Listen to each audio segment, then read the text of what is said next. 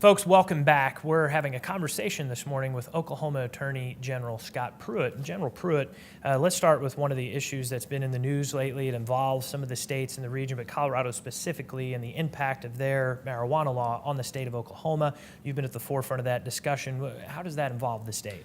Well, I mean, a couple of things. I think it's good to know what the lawsuit is and what it isn't. What it isn't is a challenge to Colorado's decision to legalize marijuana. I think every state in the country, if it chooses, can decriminalize marijuana. And that's what they did in the state of Colorado. So it isn't an effort by Oklahoma to impose its view. Of course, we've made a different decision here, but to impose its view on Colorado with respect to Denver or Pueblo or other parts of Denver.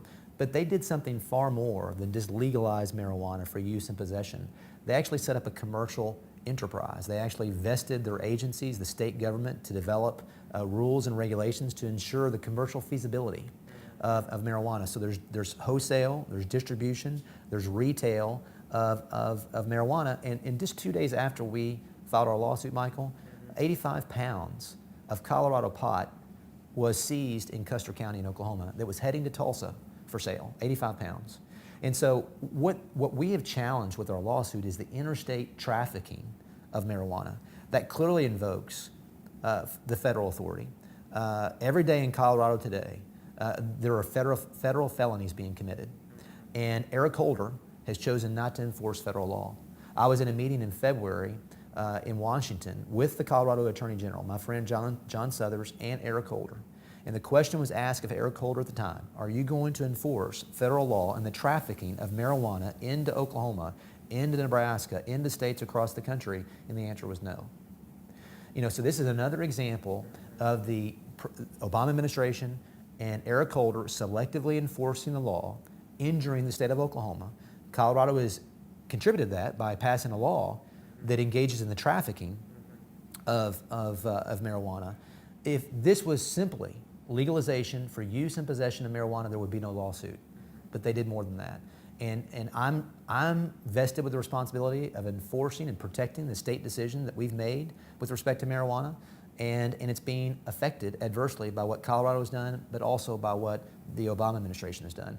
Shifting gears to one of the other major issues and topics that kind of finished last year and start this year on has been immigration. And I think we're just recently here with some of that discussion, maybe a hearing down in Texas. Can you talk a little bit about where the state is with that issue and where your position Well, is? huge case that 24 states have now joined.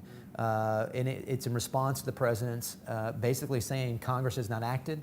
They've not acted the way that I want them to, and therefore I'm going to pinch hit. I'm going to fill in the blank for them and issue an executive order and take over legislative authority. That's not how our system works. He can't legislate through the executive branch or through agencies, and what he's done is unlawful. And so he's basically 5 million people across the country, perhaps more.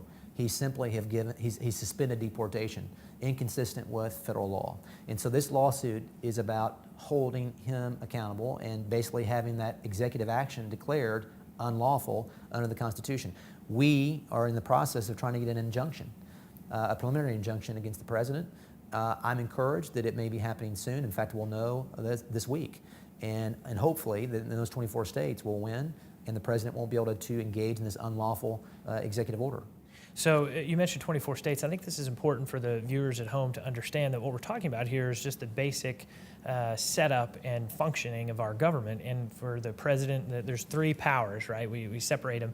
And when the president tries to take over legislative authority or go around the judiciary, it's the attorney general of the state and these 24 states that have gotten together and said that's not how the Constitution works. I mean, we learned this in 5th grade civics.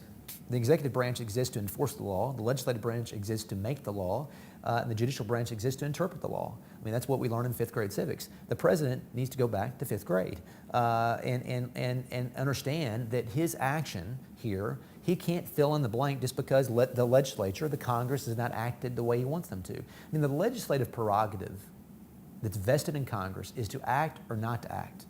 That's the legislative prerogative. Now, should they act? I believe they should. There are certain things about the president's executive action that I actually agree with. I think there needs to be more visas for those in the IT sector. We need to encourage the immigration of individuals into our country in certain categories of the economy. But the process matters. How you achieve that matters. You can't just do that because you issue an executive fiat. or engage in executive fiat, the president's constrained by something larger than himself, the Constitution. We have just a little bit of time left together. I want to talk about your legacy and what you hope to achieve over the next 4 years as Attorney General. What, at the end of this in 2018, what do you hope folks say about Scott Pruitt as Oklahoma's Attorney General? That we were true to rule of law. I mean, these decisions that we make are tough. It's tough to go out and prosecute some of these cases because people attribute political or policy motivations to the decisions. And I work hard to communicate to folks that it's really about one thing and one thing only: rule of law and maintaining that structure, those checks and balances that we know as a system and as a constitution. And they have been abridged the last 6 years. And it's important for our future that presidents in the future understand that they can't just simply work around Congress, that they can't work around the states, that they can't just simply act unilaterally, as the president has done, at the expense of the states. We're not just simply a vessel of federal will. States and the federal government are meant to be partners, and that's not just in motive, that's in the legal scheme that we know, and that has been, I believe, unrooted in the president's approach. And prayerfully at the end of this, in 4 years, Michael, people will look back and say, if Scott Pruitt was about one thing, we know that he was about maintaining adherence to the Constitution. And got to ask you, as we're running out of time here, your name comes up for the U.S. Senate, your name comes up for governor. Will we hear more from Scott Pruitt in the future? Well, perhaps. I mean, that's something that the day will come when those decisions will happen. It's not now. We've got enough on our plate, particularly in 2015, to go out and prosecute these things and hopefully have success. But I will tell you this. I believe that in any season, we're called to certain things. We're going to search that out and pray through those things and see what there might be in the future. General Pruitt, thank you so much for your time this morning. And folks, thank you so much for joining us. We'll be back in studio next week to talk about more issues. Until then, work hard and make it a great week, Oklahoma.